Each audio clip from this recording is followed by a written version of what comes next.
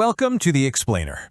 Today, we are taking a fascinating journey into the heart of modern amateur radio.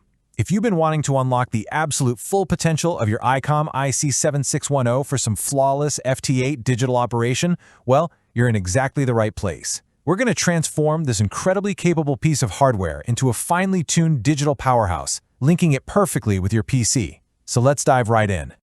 Here's our roadmap for today. First, we'll meet the IC-7610 itself.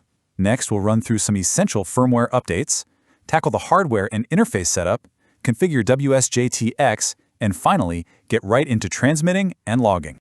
Section 1. Meet the IC-7610.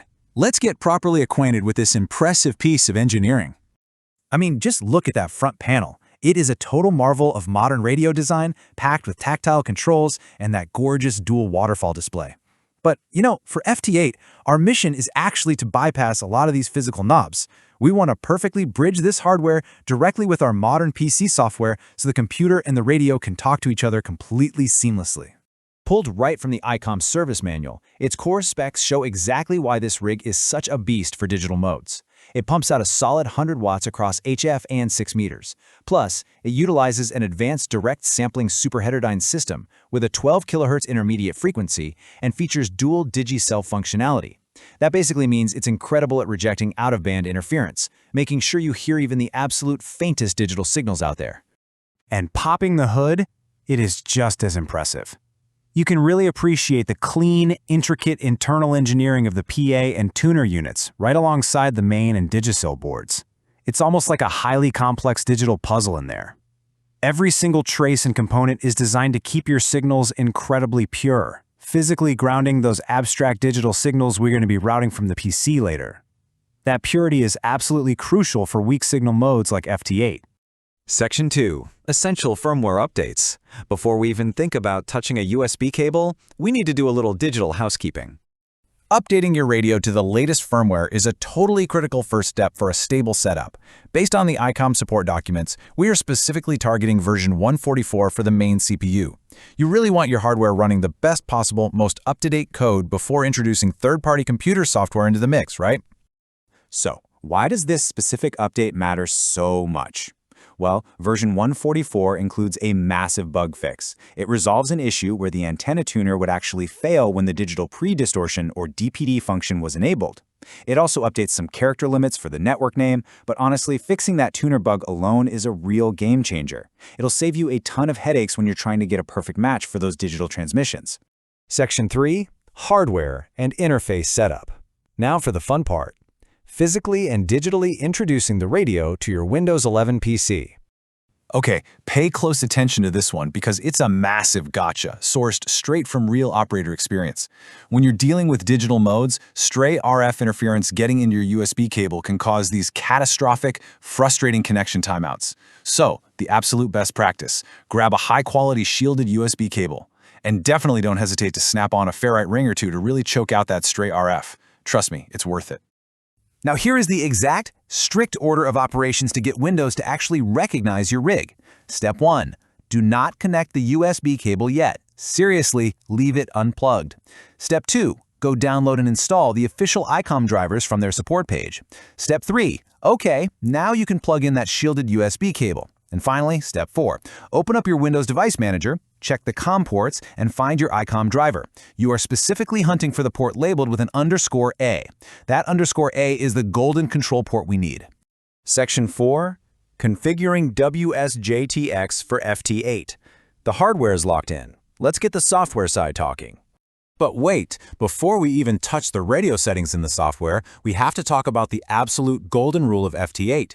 Your computer's system time must be incredibly accurate. FT8 relies on strict 15-second transmission windows, so use a synchronization tool like NetTime to keep your PC clock perfectly synced with standard time servers.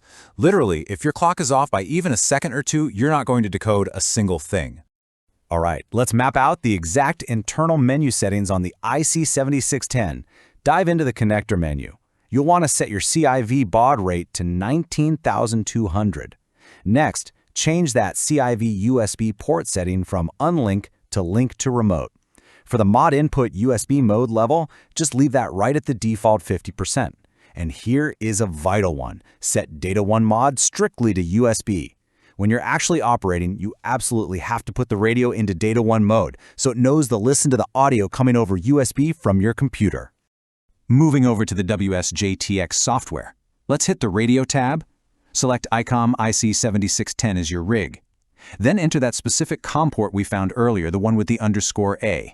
Match the baud rate to 19,200 and set your PTT method to cat control. Once you've dialed all that in, go ahead and hit the Test Cat button. You want to see that turn green. Then click Test PTT just to make absolutely sure the software can actually key up the radio. Next up is the WS-GTX Audio tab, which handles the actual routing of those digital sound signals. You absolutely must set both your sound card input and output directly to the USB audio codec.